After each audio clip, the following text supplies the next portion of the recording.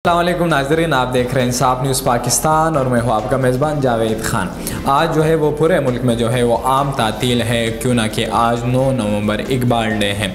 Iqbal day के हवाले से पहले ही से ऐलान कर दिया गया था कि 9 नवंबर को पूरे मुल्क में एक आम तातील होगी। तमाम सरकारी, निजी स्कूल, कॉलेजेस, प्राइवेट इदारे या जितने भी यूनिवर्सिटीज़ हैं वो सारे बंद होंगे। उसकी वजह है कि आज के दिन अल्लामा मोहम्मद इकबाल की जो है वो यौम पैदाइश है और इसी खुशी के सिलसिले में आज पूरे मुल्क में जो है वो आम तातील का ऐलान किया गया है। लेकिन अफसोस की बात यह है कि आज जो है वो हम जिस करंट सिचुएशन से जो है वो गुजर रहे हैं, जो करंट अफेयर है मुल्क के, स्टेट के, डॉक्टर अल्लामा मोहम्मद इकबाल का शुमार जो है वो तहरीक पाकिस्तान के अहम रहनुमाओं में किया जाता है।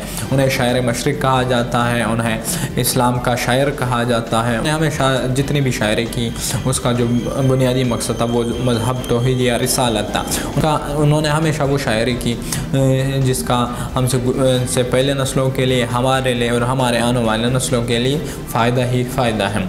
लेकिन अफसोस की बात यह है कि आज इस वक्त ये जो मैं वीडियो बना रहा हूँ, मेरे सामने से भी एक फ़ोटो गुजरी, बल्कि ये हकीकत है, सिर्फ फोस्ट की हद तक नहीं है कि आज पूरे मुल्क में जो है वो 9 नवंबर यानी इकबाल डे मनाया जा रहा है। लेकिन इकबाल की जो फैमिली है, उनके जो पोते पोतिया, बहू, उसकी बेटी या उसके जो भी फैमिली के मेम्बरान हैं वो आज इस रियासत में ज़लील ख्वार हो रहे हैं। डॉक्टर अल्लामा मोहम्मद इकबाल वो शख्स है जिन्होंने पाकिस्तान का ख्वाब देखा था, जिन्होंने देखा था कि एक आज़ाद रियासत बने जहाँ पे तमाम मुसलमान आज़ादी से अपना वक्त गुजार सकेंगे।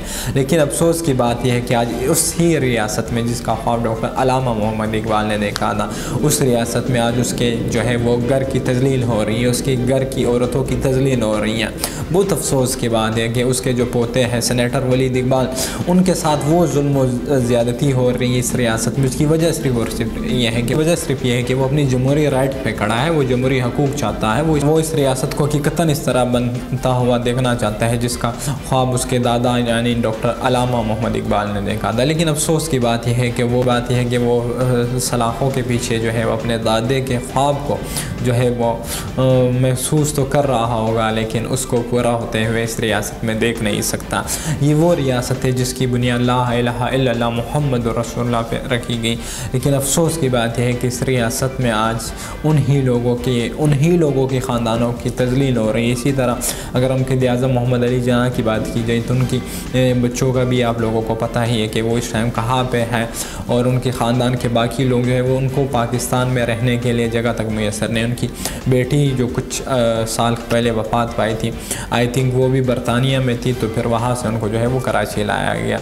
मतलब उनको सिर्फ इस रियासत में अब इतनी जगह मुयसर है कि वो अगर मर जाए तो उनको यहाँ पे दफनाने के लिए जगह मुयसर है। अलावा इसके उनके लिए अब इस रियासत में जीने का कोई हक़ नहीं है।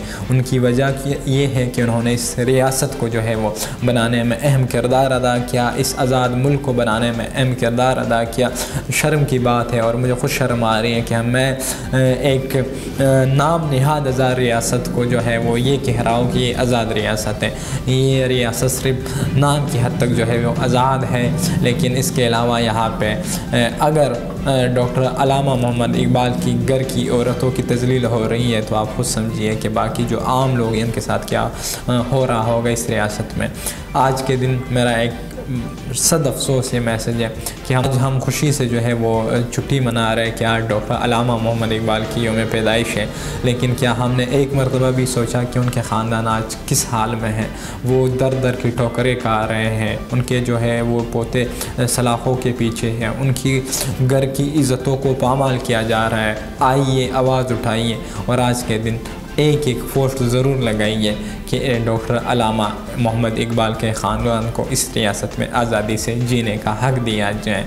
मिलते हैं किसी और प्रोग्राम में, दीजिए मुझे इजाज़त। अल्लाह निगहबान।